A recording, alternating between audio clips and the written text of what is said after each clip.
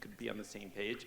There's some things that I'm gonna say that you may not like, and I'm gonna be true to who I am and true to our campaign is, regardless. And I know the room that I'm in, and some of the things that I'm gonna tell you, this room may not inherently agree with me on, but I do believe in my heart it is the right approach.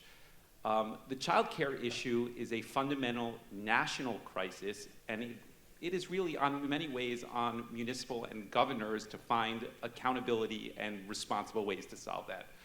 I told you earlier that I have done painstaking detail based on learned experiences and things that I see in Jersey City directly with people in that city and the challenges. There is a whole part of our platform in detail outlining the first year of life agenda because it is important to me and I understand that. There are things that you can do. First, around compensation.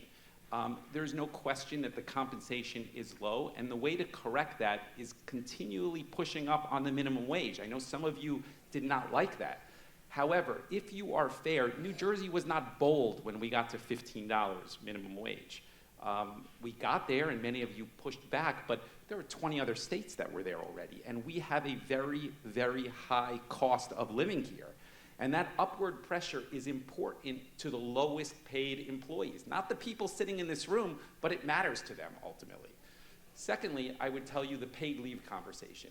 That first year is crucial. It is crucial to a child's development, and New Jersey can and should do better on paid leave in order to facilitate, and it is an easy way to address the child care issue. Third, I would tell you, as you talk about the lowest income people, the labyrinth of incentives at the state, and again, I know this because we live it in Jersey City, is a mess. You need to streamline that to make it easier for people to get the incentives and benefits that are there from the federal and state government, and the state and the governor should take accountability for that. And then finally, I would tell you that how you deal with child care centers and how the state incentivizes them to open is totally backwards.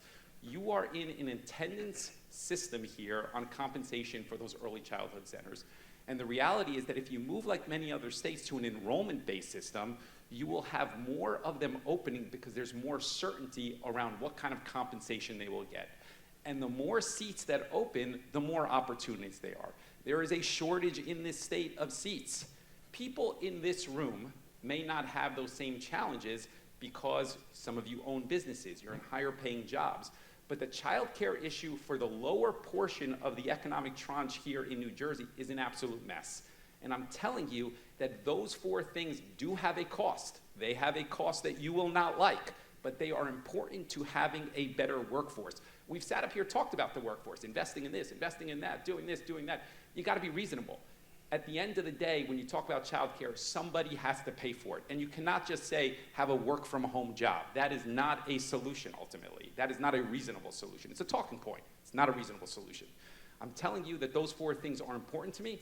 They are in black and white, like I said. You could take the time to read it. I've outlined a first year of life agenda because I think it's important. And those are things I will change and push for if I'm elected governor. You may not like it, but I'm telling you that it is things that I believe in.